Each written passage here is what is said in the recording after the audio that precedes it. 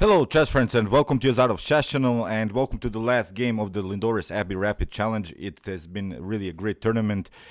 After the equal result, we have now finally the Armageddon game. It's Daniil Dubov versus Hikaru Nakamura. Daniil Dubov had to play with the white pieces. You know the grip. He has 5 minutes on the clock. Hikaru has only 4 minutes on the clock. In order to win the match game, Hikaru Nakamura needs only a draw.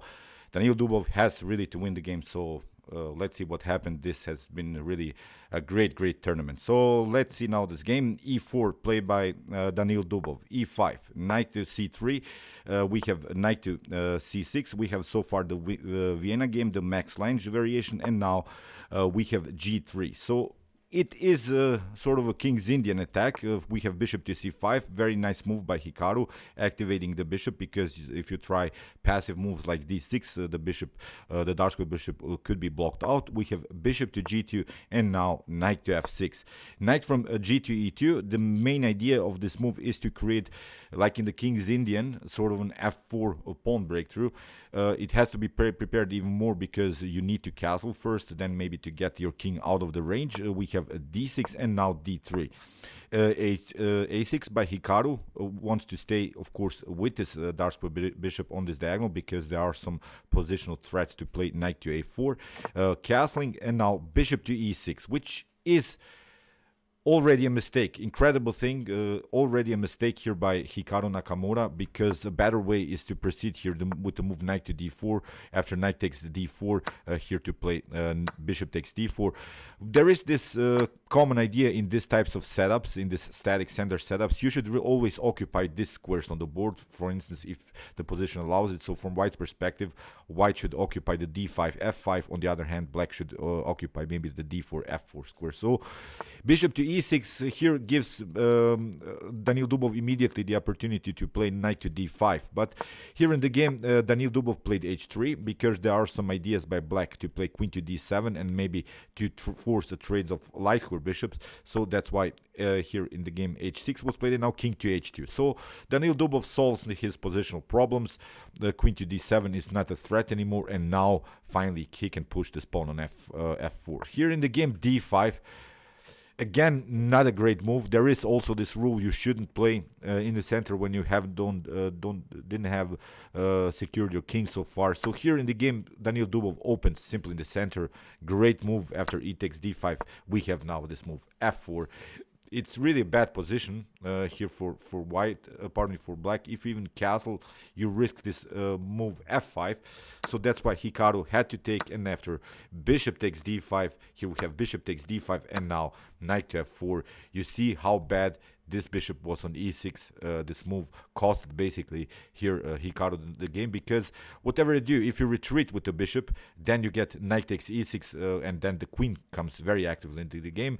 The problem is the bishop is twice attacked, so here in the game knight to e7 was played, and here it's basically game over. Incredible thing what happened. I couldn't believe what I saw. Here after queen to h5, the bishop is 3 times attacked. You cannot again play bishop to e6 because of this attack by the queen on the king.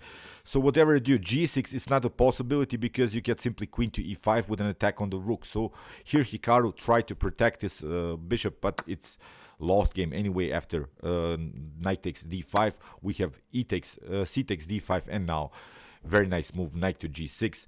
Here in the game, queen to d6 had to be played, and now knight takes g7. The king has to escape, and now rook to f7. The rook comes very actively into the game. The problem is you haven't solved your problems. Still these pieces are too active in front of black's king. In the game, rook to f8 was played, but now you see here bishop to f4 played by Daniil Dubov. Whatever you do, even if you retreat with the queen, then you risk this queen to come into the game somehow on dark squares. There are even some queen to g4, knight to e6 possibilities to play really actively with this queen and knight.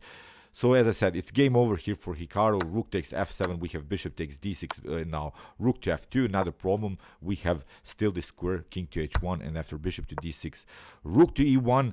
Attacking here this knight. The knight is basically here the main protector of Black's king. In the game, rook to f8 was played by Hikaru, but here comes this move, queen to g4. As I said, combined with this queen, this is very, very dangerous already for Black's king, because the queen and the knight are functioning the best in the best way in chess. So you see also why here you have only one square, and now comes this move, knight to e6. You have to move somewhere this rook. In the game, rook to f6 was played here by Hikaru, but now knight to d4, simply activating the knight. And after king to b6, we have rook to e2. We want to simplify the position because we don't like simply this rook battery on the f file, so it's very important now to get one of these rooks off the board. In the game, rook to f1, and now king to g2, attacking the rook, knight to c6, knight takes c6. It's not a problem, simplifying the position. After b takes c6, we have c3, and now after rook to f5, b4. So I'm not sure what went wrong here with Hikaru's position. The problem is, again, if you try something like rook to g5, you still get something like queen to d4, the check. So far it's not possible to create some attacking possibilities. I'm not sure what went wrong. Maybe Hikaru really missed some tactics in the beginning here. After the move king to b7, we have queen to g7 attacking the king, rook to f7, but now simply taking another pawn. Even if somehow Blacks get some material back, now we have a two pass pawn situation, so it's really game over. In the game, bishop to c7, queen to e3, bishop to b6, and now d4, simply closing the dark squares. In the game, bishop to c7 again, and now simply h4. We have a5, a3. Never allow this bishop to come into the game, and in the game, after a4, queen to d3 was played, trying really now finally to split the pawns in front of Black's king. Rook to f1, and here b5, rook to f6, b takes c6, king takes c6, and now queen takes a6. We can take another pawn. This is a really weird position. Queen to e8. Again, Hikaru Nakamura doesn't have better moves. Even there is this threat to simplify the position, to trade off some more rooks off the board. Rook to f8, we have finally this move, rook to e7. The king has to move somewhere. Here Hikaru tried bishop to c8, c7, protecting the king, but now after queen to b5, rook to b6 was played. And again, very, very nice move here by Daniil Dubov. Rook takes c7, it's game over. If you take rook takes, king takes c7, you get queen takes c5, and queen takes f8. So congratulations to Daniil Dubov. It was really a great tournament. I'm really happy for this guy. He has been a dark horse in this tournament. But I would love to also that Hikaru Nakamura has won this tournament. It was sort of a neutral final for me. Great tournament so far, and I was really happy to cover this tournament. It has been incredible, with many great tactical games, many novelties in chess.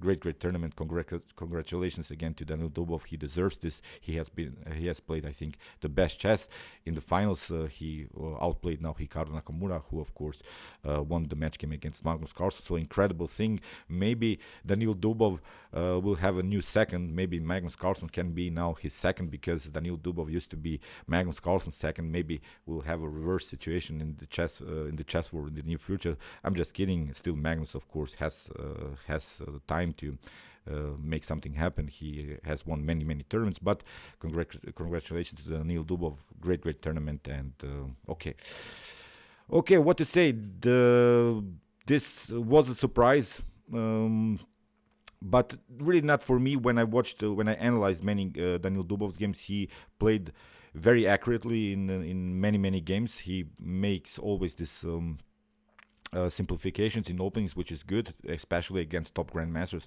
like Hikaru Nakamura. And I'll follow his career for sure more on my YouTube chess channel.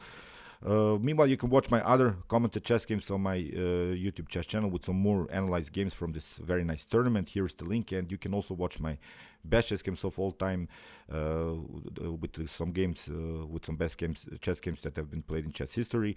And you can also subscribe to my channel if you like this content. Thanks you for watching, guys, and Daniil Dubov is the best, of course.